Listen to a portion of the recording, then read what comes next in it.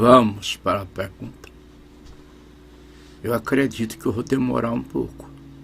Por mais que eu seja sucinto, por mais que eu resumo, mas essa pergunta exige alguns requintes e detalhes para que ela seja respondida à altura. Pastor Luiz Mendes, por que o senhor não saiu junto com aqueles pastores, com a safra que saiu de Goiânia na década de 90? Por que só agora?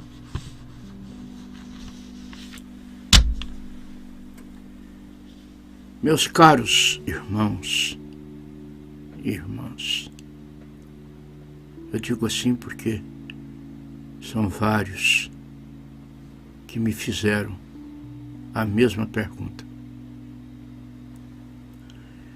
Eu iniciei a minha carreira indo a Goiânia com a idade de 17 anos.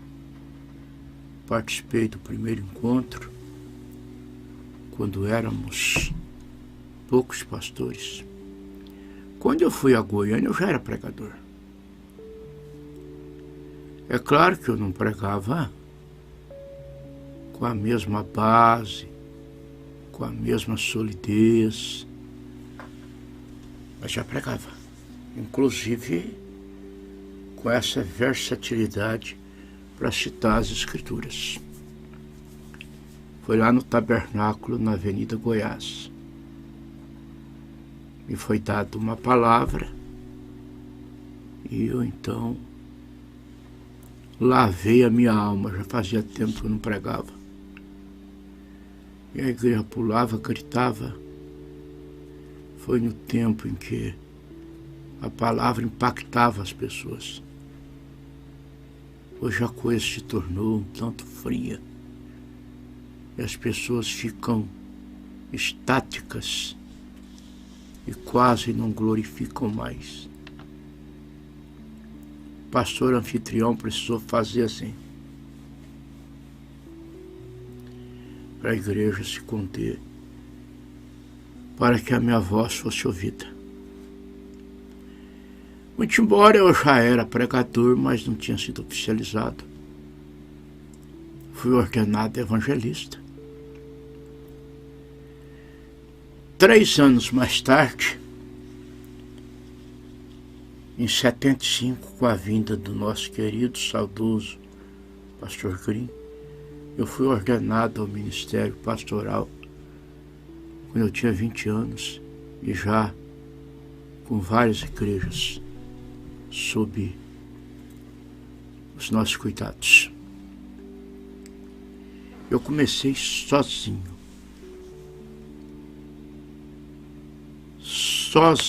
sem apoio de ninguém. Pelo contrário, críticas, oposição, ameaça de que eu seria pego, gente bateria em mim. Nada a temer. Pastor me intimidando, que me levaria na delegacia. Permaneci firme pregando a palavra de Deus. Deus havia me dito, como eu já falei várias vezes, em uma noite quente de dezembro de 1972, quando eu saí da igreja onde eu era tratado carinhosamente com o nome de Luizinho. Eu era pregador, presidente da mocidade, e naquela noite o pastor me atacou por quase 2 horas. Eu saí de lá com uma decisão e com uma pergunta. Decisão: aqui eu não volto mais. Pergunta: onde eu congregarei. Em meu desespero, com a minha alma profundamente em angústia, eu apanhei esse livro aqui. Eu não faço isso como regra. E não aconselho ninguém a fazer. Como regra, não. Mas eu tive uma direção e eu precisava daquilo. Eu disse com a minha alma entrecortada de dor: Senhor, eu preciso te ouvir. Se o Senhor não falar comigo, eu vou enlouquecer. E eu amo congregar. Eu tenho pregado, Senhor, a mensagem e ninguém aceitou. Até agora é só críticas, oposição, zombaria. O que eu faço? O que o Senhor tem para falar para mim? Eu vou abrir, com os olhos fechados. Eu vou colocar o dedo. Quando eu abrir os olhos, onde meu dedo estiver posto, ali o Senhor está falando comigo. Atos 1, retificando, Atos 11, 24. Porque era homem de fé e cheio de Espírito Santo. E muita gente se uniu ao Senhor. Meu corpo fez assim. Eu estremeci pelo impacto da voz de Deus. Eu sabia que Deus falou comigo que eu não ficaria sozinho, que muita gente se uniria. Nosso primeiro batismo foram 7 pessoas. Trabalhando, lutando, desprovido de recursos, andando a pé, de bicicleta, quase sem dinheiro, até para comprar um salgadinho. Deus foi honrando o nosso esforço, o trabalho foi crescendo. Mas, irmãos, eu não quero dar muita volta, não. Comenta-se que foi o ancião que me projetou. Foi até dito isso. Vivia no cafezal, não tinha nada, como se ele que tivesse me dado. Quem me deu foi Deus. Deuteronômio capítulo 8, versículo 18. É Deus que te dá poder para possuir os bens. Para não ser injusto, dizer que ele não teve uma participação, eu reconheço, me ajudando, porque ele viu talento em mim. Ele viu talento. Se eu não tivesse talento, se ele tentasse me projetar, eu não seria projetado. Haja vista que quando ele estava um tanto contrariado comigo, ele tentou projetar outro. Em um encontro nacional, ele chamou esse outro pastor à frente e disse-lhe: eu indico esse homem para ser o homem das campanhas, para pregar pelo Brasil, para ser o avivalista. Coisa que muitas vezes ele havia mencionado o meu nome para tal trabalho. Quando ele disse: eu indico este homem, um pastor ao meu lado deu um pequeno toque na minha perna. E eu olhei para ele, ele sorriu e fez assim. Uma coisa é quem Deus levanta, outra coisa é quem o homem tenta projetar. Pobre daquele pastor, não foi bem sucedido. Mas antes disso, eu cheguei a ser chamado, eu nunca gostei de títulos honoríficos, eu não estou atrás disso, chamado Menino de Ouro, ali dos encontros. Houve encontro que eu preguei na terça, no sábado e no domingo. Quem não se lembra de judaísmo e cristianismo na terça? Quem não se lembra da mensagem festas domingo de manhã e guerra à noite? Marcaram épocas. Fizeram um complô contra o nosso ministério. Vários ministros enciumados se reuniram com o ancião, dizendo-lhe que a minha projeção poderia prejudicar o ancião, como também outros pastores, que havia pessoas me idolatrando, o que eu nunca aceitei. As pessoas me admiravam, idolatrar não. Admirar é uma coisa, respeitar, considerar. Agora, idolatrar é o que toma o lugar de Deus. E o ancião deu uma nota aos pastores. Ele disse: eu estou pressionado a tirar um homem que prega em todos os encontros. E fez uma comparação que, me perdoe se ela não foi uma comparação oportuna, própria. Ele disse: em time que está ganhando não se mexe. Eu não vou tirar um goleador para pôr um reserva. Mas a pressão foi tanta. E devido eu me insurgir contra certas coisas, porque a década de 90 para cá, nossos encontros entraram em decadência. Cenas que eu não conseguia aceitar. Clipe de recanto. Principalmente brincadeiras. Brincadeiras de bola. Jogo de bola em pleno culto. E aquela gritaria. Não era mais gritaria de glória a Deus e aleluia, como tínhamos antes. Era gritaria de torcedores. Sinceramente, aquilo para mim foi um sacrilégio. Culto é oração. Culto é louvor. Culto é pregação. Culto é louvor. Quebrava a seriedade do culto, a ordem da igreja. E eu não aceitava aquilo. Em nossas reuniões privadas, os pastores todos reunidos ali, ao invés de discutirmos as coisas profundas de Deus, tínhamos que nos assentar para ouvir um programa de rádio. Pastores reunidos para ouvir um programa de rádio.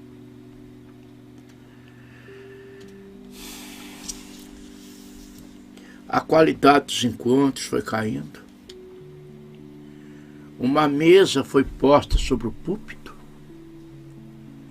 nomeada a dedo pelo ancião, apenas com pastores comprometidos com ele. Criou-se um absolutismo. Resistir àquela mesa era receber o apodo de rebelde, de insubordinado. Era ser pichado. O que aconteceu comigo? Bem, para resumir, na safra que saiu em 90, saíram pastores influentes, cujos nomes eu prefiro não mencioná-los. Saíram pastores influentes. Os pastores influentes que ficaram estavam comprometidos com o sistema, comprometidos com o homem. Dos pastores influentes que ficou e não concordava com o sistema, com as coisas que estavam acontecendo, era eu. E eu fiquei sozinho. Porque os pastores que eram meus amigos, influentes, que faziam uma frente comigo para resistir, para não deixar prevalecer o absolutismo, eles saíram. Os influentes que ficaram, todos comprometidos com o homem. Eu fiquei praticamente sozinho. Agora você me pergunta, por que você ficou? Porque Deus me falou que eu devia ficar para ser uma voz de oposição lá dentro. No tempo certo você sai. Mas eu te quero aqui. Para ser uma voz de oposição aqui dentro. E por muito tempo eu fiz oposição. Para os pastores que saíram, era mais fácil fazer oposição. Eles estavam fora. Agora eu lá dentro, enfrentar uma pleiade de 200, 300 pastores comprometidos com o homem, Deus sabe o que meu coração passou. Houve uma vez que alguns pastores, pastor Luiz Mendes, o senhor é uma força moral, uma força espiritual, um veterano, tua palavra tem influência, o senhor tem que falar, isso aí não dá para aceitar, não está certo. O senhor tem que falar, se o senhor falar, nós te dá apoio. Nós levanta, mas o senhor toma iniciativa. Eu me levantei e denunciei o que estava errado. Os comprometidos, os goianistas, vieram em cima de mim igual marimbondos, furiosos. E eu ali sozinho, resistindo àqueles homens. Foi quando eu me dirigi. Eu não gosto de falar plenário, porque esse termo plenário, eu sei por que ele foi inventado. Plenário é lá na política. Plenário é na política. E na verdade, está sendo um plenário mesmo, uma política. Eu me dirigi para aqueles pastores e lhes perguntei, onde estão vocês? Na porta de banheiro, em corredor de hotel, em quarto de hotel, viviam me incentivando a falar porque vocês me davam apoio. Estão todos encolhidos? Acovardados? Com medo do quê? Dei 2, 3 passos e me aproximei daquela mesa e olhei para o semblante de cada um deles e disse-lhes, eu tenho respeito, medo não. Não me calo, não concordo, não aceito isso. Então eu fui uma voz que Deus disse que eu tinha que ficar lá mais por um tempo para fazer oposição. Agora, concluindo, eu quero dizer-vos o seguinte. Muitos pastores que saíram na primeira safra de 90 e pastores que estão saindo agora, não são todos que estão com uma visão completa, não. Muitos estão saindo por causa do problema pessoal do ancião. E, na verdade, é algo horrendo, detestável, pecaminoso. Mas existe uma coisa, por um aspecto pior do que o problema pessoal do ancião. Porque esse é enganoso. O problema pessoal do ancião não engana. É coisa bombástica, promove escândalo, todo mundo se levanta, não pode aceitar, não pode concordar. Mesmo assim, há os enrustidos que concordam. Eu quero te dizer, ministro, se fosse a tua filha que fosse abusada, você estaria dando apoio? Eu falo sem rodeios. não tem medo de sofrer represália, mais do que eu já sofri. Meu escudo é a palavra de Deus. Mas vocês que saíram só por causa do problema pessoal do ancião, como um ministro influente disse há poucos dias, enquanto o ancião não acertar a vida dele, eu não volto lá. Ô meu querido, você está enxergando só um problema. Suponhamos que ele acerte a vida pessoal dele. Pede perdão, diz que está arrependido, confessa para a igreja o aceita, aí você volta lá. Você não está enxergando um outro problema pior por um aspecto. É o nicolaísmo, é a organização religiosa, é a hierarquia, é fazer do homem um ídolo. Olha que esse sistema tem injustiçado muitos pastores simples, indefesos, pobres pastores, que às vezes não deslize, que não dá 10% do que esse homem cometeu. Tiveram suas igrejas divididas pela força do imperialismo. Agora quem vai dividir lá? Tá o jovem, pastor Fialho. Parabéns, pastor Fialho. O Senhor te dê força, te dê graça, te dê unção. Mas em nome do Senhor Jesus Cristo, eu já levantei minha mão 2 ou 3 vezes antes de iniciar essa crise. Esse império vai ruir. Há muitos anos que a coisa está em retrocesso. Os encontros perderam o brilho, não havia mais chamada de altar, quase nenhuma oração para os enfermos, 200, 300 pastores na plataforma para ouvir fita do irmão Brana. Ouvir fita do irmão Brana, eu não sou contra, mas tem a hora certa. 200, 300 pastores veteranos sentados na plataforma, ele põe um menino dele para pregar, um noviço. Parece que até uma falta de respeito aos veteranos que viajaram 1.000, 2.000 quilômetros para estar na convenção.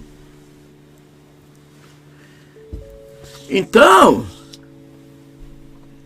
esse comentário que eu sou ingrato, que o que eu tenho foi ele que me deu. O que foi ele que me deu? O que eu tenho foi Deus que me deu. Na verdade, o que ele me deu com uma mão, ele tentou tirar com a outra. Porque ele me deu a oportunidade. Se ele me desse a oportunidade e eu não tivesse talento, não decolava. E ele disse para uma pessoa: se eu quiser, eu jogo Luiz Mendes no esquecimento. Se eu quiser, ele quis. E me boicotou, me injustiçou, me ignorou. Quantas vezes eu voltava dos encontros com a alma dilacerada. Meu passado, meu histórico, a folha de serviço que eu prestei para a mensagem, sendo tudo ignorado, com apodo de rebelde e de que estava até em ismo, mas eu sabia que a justiça de Deus viria. A justiça de Deus não falha. Aqui está a resposta. Não sei se respondi satisfatoriamente, mas eu não posso me demorar porque nós temos a mensagem ainda.